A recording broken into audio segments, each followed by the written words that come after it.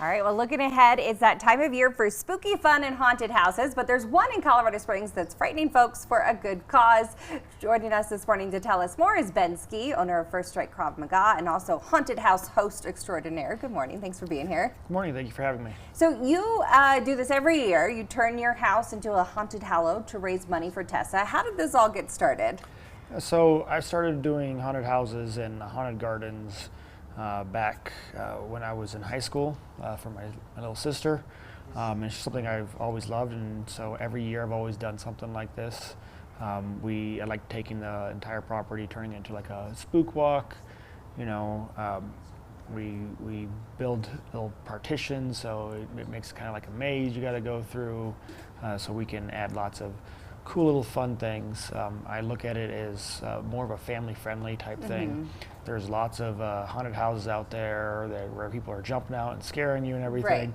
Right. I take it to a different level where I'm going more for, you know, projections, more for illusions. Think more like the Haunted Mansion versus your typical haunted house. You're not going to leave having nightmares. Yes. Okay.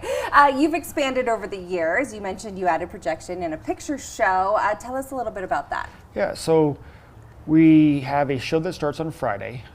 It starts at 6:30 p.m. and it runs every night through the 1st of November. And it is where the entire front of our house, we use projection mapping that turns the entire front of the house into a spooky, decrepit house where you have a couple ghosts who bicker and talk about tell jokes and then talk about Tessa. Okay. And so, which is the whole purpose of this, is we use this as a way to raise funds for Tessa and support them, someone who supports our community more than, unfortunately, more than we tend to want to believe we need. But they do a huge thing for our community, and so we like to give back to them and help them because they can only do that with the community's help.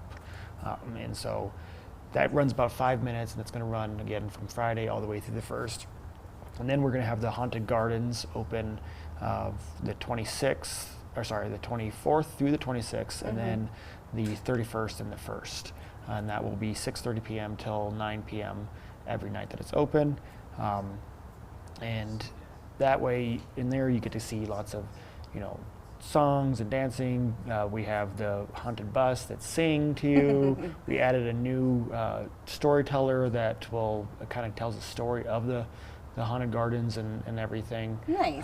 So that's brand new this year. It's a new projection machine.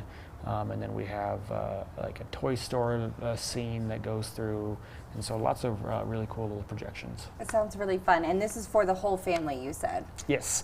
We designed it so that, you know, kids as young as, you know, infants, 1 year old. I have a 3-year-old, loves going through it. But we also have an ability to raise it up. So if we do have someone that wants to see it a little more spooky, we can change it up a little bit and make it a little spookier for them. And we let one family go through the gardens at a time, so that way they can kind of get their own time in the gardens versus, you know, just a big group of people always. Okay, that sounds great. Where do people need to go to check it out? Yeah, so the Haunted Gardens is in the Old North End at 1424 North Wasatch Avenue.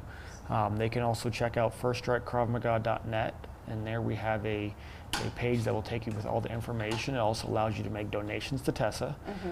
They can also check us out on Family Friendly Fright on Facebook, and that will give you all the information as well, and allow them to go and donate, as well as come check out the haunted house and see when we're open. Okay, and it's technically free, but you're asking for donations for Tessa. What is your suggested donation? Yeah, so we suggest a donation of $5 per person or $20 per family. Okay. But we do keep this as a free event because we want, you know, everyone to be able to enjoy this. And we understand that some people aren't able to splurge on a haunted house or haunted gardens every year. So we want to make sure that everyone, the biggest thing we can do is raise awareness for Tessa and let people know that this organization exists and that they support our community, and then hopefully raise some good donations for them. Okay, you do a ton of stuff. You're always raising money for Tessa. Thank you so much for what you're doing and this fun, family-friendly Halloween fun that you're putting together as well. We'll put all the information on our website too, fox21news.com. Time right now is 8:28. We'll be back with more news and weather right after this.